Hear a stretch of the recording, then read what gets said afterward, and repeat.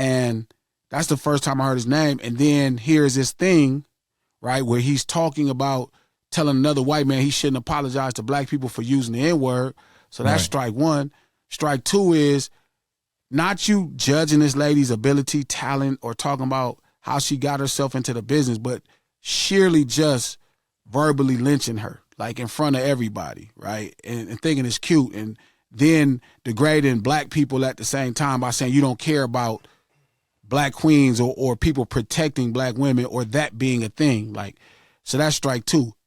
And so even emotionally when it first happened, after, you know, what would be the second strike where you saying that and I respond on as part of a stream, strike three is how you came back. Strike three is when you say, oh, you know, y'all should be taking care of y'all kids. Don't y'all got baby moms? Right. So you playing for your audience.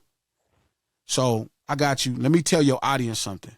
And now this is where we at, right? It becomes like, am I willing to pay the consequence? Am I willing to pay the toll? F it. I was willing to pay the toll for a lot less.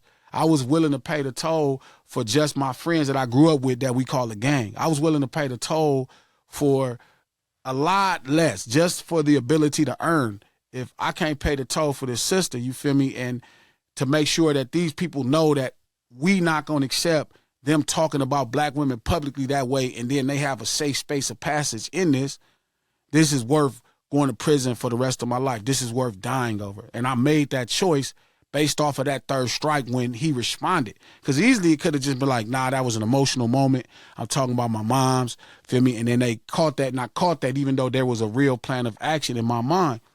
But the double down on the overtone, not the disrespect, but the overtone of like, I get your jig. Like I'm seeing 3 or 4 different things and I can size up what you're doing. You showing the rest of these people, right, that you can be racist to us. You could kind of use these terms and ideas and then talk them out of it by saying, you know, oh, it's an All Lives Matter program. And it's like, yeah, I see what you're doing.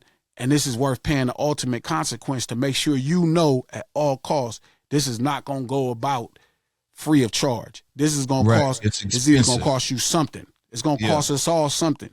And me and you know that coming from where we come from. We know once we get into these situations, it's going to all cost us something. Even him saying having your security, you feel me, being ready to do something. Well, it could cost your security life, or they could take a life. It could be a lot of things you're going to have to be accountable for, but it's going to cost you something. You're going to earn this ability to disrespect us in public. It's going to be expensive for you. And also, I also don't appreciate how people are trying to position some of these streamers. And let me say this too. My children watch Adin Ross, right? And so I'm kind of familiar with who he is. He's a famous guy. I've been to one of his events and things of that nature with Charleston White fought. I went up there and seen what they was doing. And he's someone my children love. But at the end of the day, I don't understand why people are positioning it like he can't be touched because of the security and the police. Yeah, that shit funny.